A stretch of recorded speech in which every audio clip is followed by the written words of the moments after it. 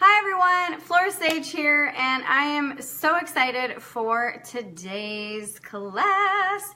So I've spoken before about how to start your day for success. Well, today I'm going to share with you how to end your day for success. This is a game changer because a lot of people end their day just kind of exhausted from the day that they've had, and then they start over in the morning still exhausted many times. And so today I'm going to share with you how to end your day so that you can have a great morning. Because I've always said a great morning starts the night before.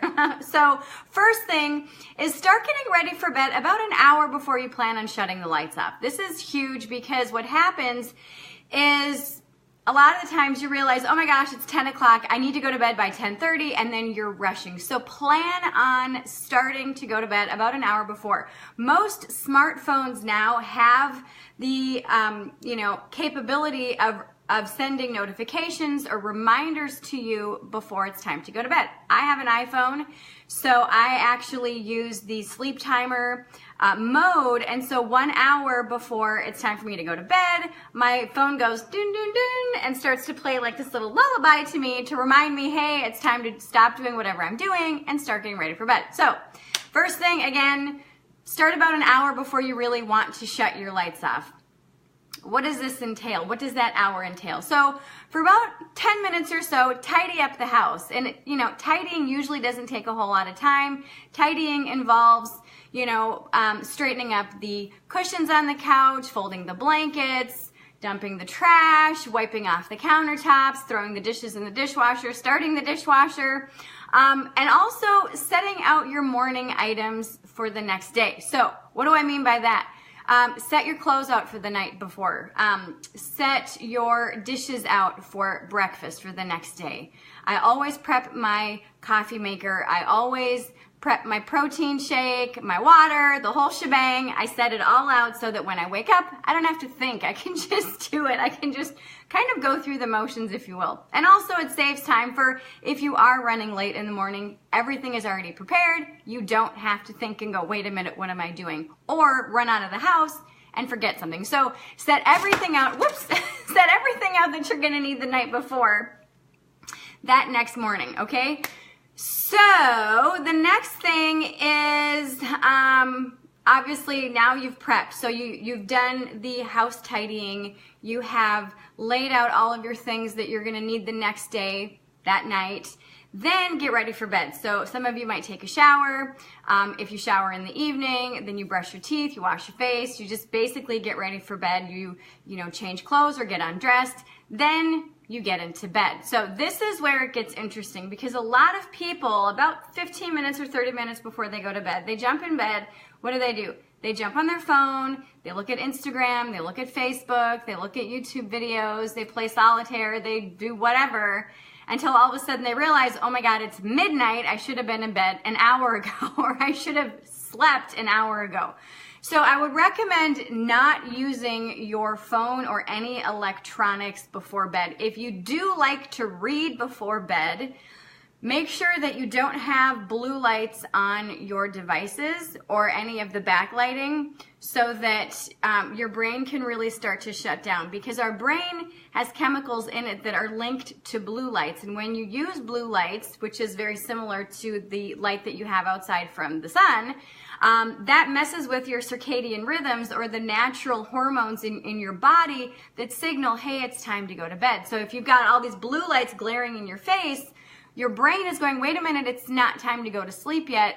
So therefore, it's not going to release the chemicals in your body to naturally make you want to fall asleep. And it's going to be harder for you to fall asleep. So try to free your room from electronics and from blue lights. So if you have an alarm clock and it has a green or blue light, I would recommend replacing that with a red light alarm clock. But I'm kind of getting ahead of myself. So you're sitting in bed about 10 to 15 minutes to 30 minutes before you actually want to shut the light off. I would recommend staying off of all your devices and really going within, really connecting with your spirit self. You could do spiritual work such as journaling or gratitude work. One of the ways that I always end my night is by answering 5 questions. And the 5 questions are, and I've got like this little small journal that I have next to my bed, are, what was awesome today? And I like write down, sometimes I have a whole page of what was awesome. Sometimes I just have one thing. The next thing is, what did I learn today? And sometimes that's hard. Sometimes I'm like, shit, did I learn anything? But usually I've learned something. Many times I learn more than one thing.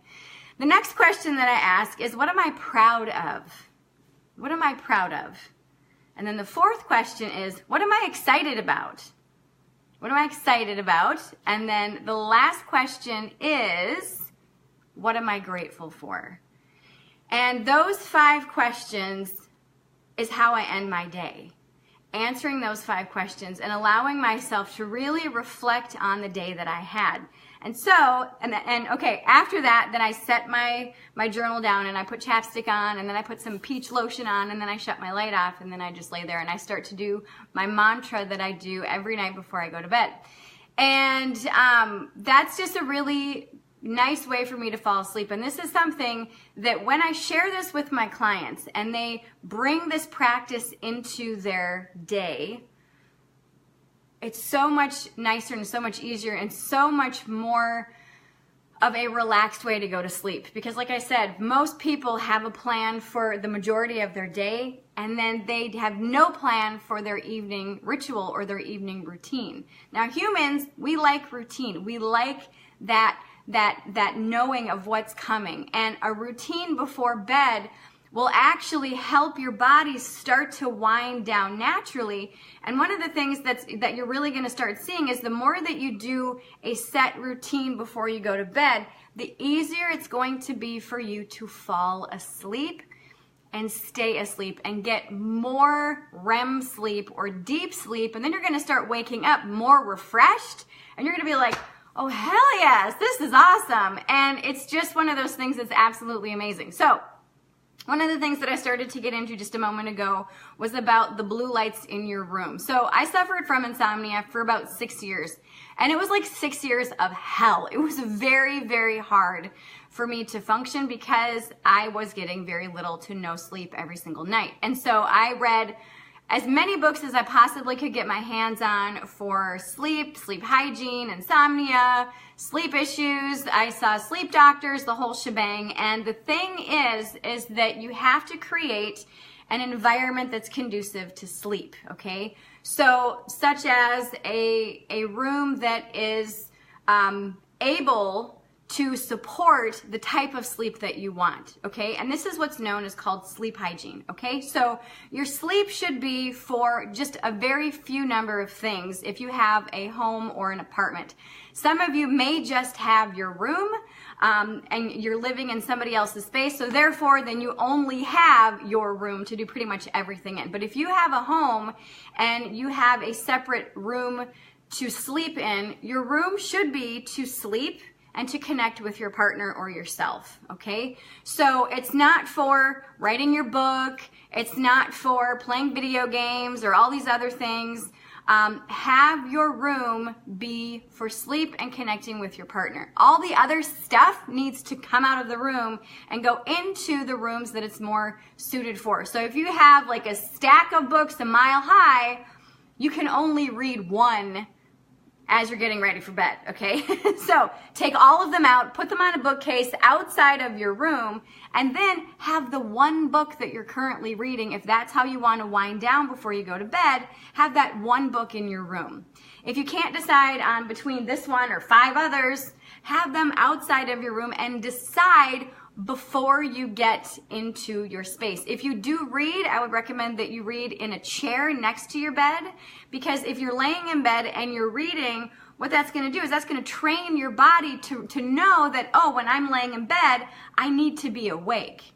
Okay, so try to just be in the bed when you're connecting with your partner or as you're falling asleep. All right, another thing for sleep hygiene is, and I mentioned this before, no electronics in your room. Now, if you do use your phone for your alarm clock, I would recommend that you get a radiation protection sleeve. This is called a safe sleeve. I added the little button, but this is a safe sleep. This will help you to protect yourself against EMFs and also against radiation that is put out by your phone. I'll actually post a link to this below if you're interested in checking out safe sleeps. But when we sleep, we need that space free from electronics, and electronics such as TVs, Wi-Fi boxes, phones, tablets, computers, they all emit an EMF signal which disrupts your brain imaging and your not imaging, brain, patterns and wavelengths, so that you actually don't get a deep, restful sleep. You only go into the mid to low level sleep, not the deep sleep. So I encourage you, take all of your electronics out of your room. And if you do insist on having them in there, have some type of radiation protection or EMF blocker between you and the device. Just saying. Also, if you do have your phone as your alarm clock, silence it. Put it on night mode. Some people are like, well, I've got kids and blah, blah, blah. Well, what if somebody texts me, whatever?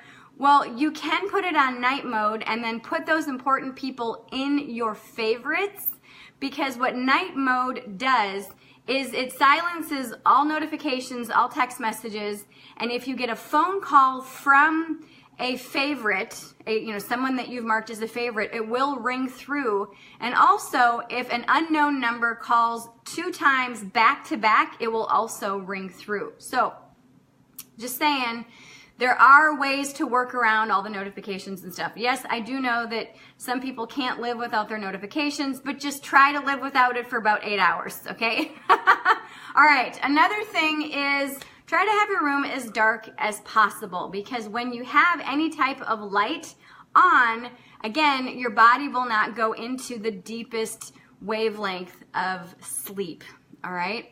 And again, if you have an alarm clock that has a green light or a blue light, try to replace it with a red light, because again, those blue lights will jack with your circadian rhythms and make it so that you're not actually able to get a deep, deep sleep. So, try this practice out. I hope you took notes. If not, you can always rewind it and watch it again. But try this practice out and see how much better your night goes and how much more smoothly your morning goes. Now, if you haven't seen my morning video called Starting Your Day for Success or Start Your Day Right, click the link below and check it out and watch it, because these 2 videos in tandem are designed to help you end your day stress-free so that you can chill and so that you can get a really good night's sleep, and also start your morning so that you can, again, start your day stress-free without the hustle and bustle or the chaos of a unprepared, unplanned morning.